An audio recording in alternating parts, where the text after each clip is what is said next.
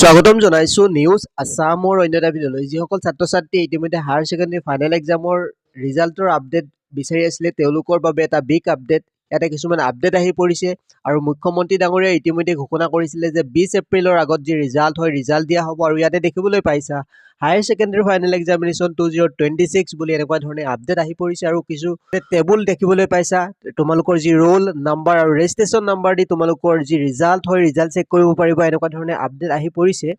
result কেনেকৈ check কৰিবা কোনটো ডেটত ৰিজাল্ট দিয়া হ'ব সকলোবিলাক আপডেট তোমালোকে এটা ৱেবছাইটৰ জৰিয়তে জানিব পাৰিবা বা যিদিনা ৰিজাল্ট দিয়া হয় সেইদিনাখন যিহেতু চাৰ্ভাৰ ডাউন হয় এই ৱেবছাইটটোৰ জৰিয়তে তোমালোকে ৰিজাল্ট চেক কৰিলে কোনো ধৰণৰ চাৰ্ভাৰ ডাউন নোপোৱা গুগলত যিকোনো এটা ব্ৰাউজাৰত তোমালোকে চাৰ্চ কৰিবা assam.pro.org এই ৱেবছাইটটোতে তোমালোকে সোমাবা এই ৱেবছাইটটোত ক্লিক কৰাৰ লগে লগে তোমালোকৰ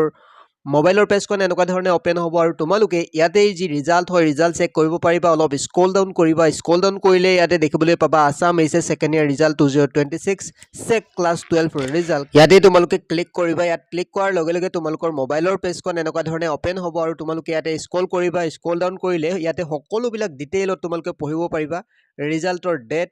কেতিয়া দিয়া হ'ব কোনটো টাইমত তোমালোকৰ পুৱা কোনটো টাইমত দিয়া হ'ব সকলোবিলাক টেবুল অভাৰভিউত তোমালোকে চাব পাৰিবা আৰু স্ক্ৰল ডাউন কৰিবা ৰিজাল্ট চেক কৰিবলৈ তাৰপিছত তোমালোকে এনেকুৱা ধৰণে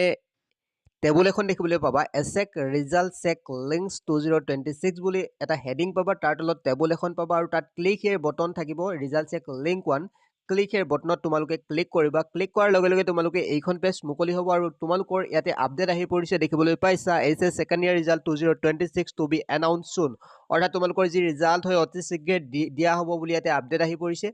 এনেকুৱা ধৰণে আপডেট আহিলে তোমালোকে জানিবা তোমালোকৰ ৰিজাল্ট অতি শীঘ্ৰে আহি আছে ইয়াতে তোমালোকৰ ৰোল নাম্বাৰ আৰু ৰেজিষ্ট্ৰেশ্যন নাম্বাৰ ফিল আপ কৰি তোমালোকে ফাইন ৰিজাল্ট অপশ্যনত ক্লিক কৰাৰ লগে লগে তোমালোকৰ মাৰ্কশ্বিটখন চাব পাৰিবা এনেকুৱা ধৰণে তোমালোকে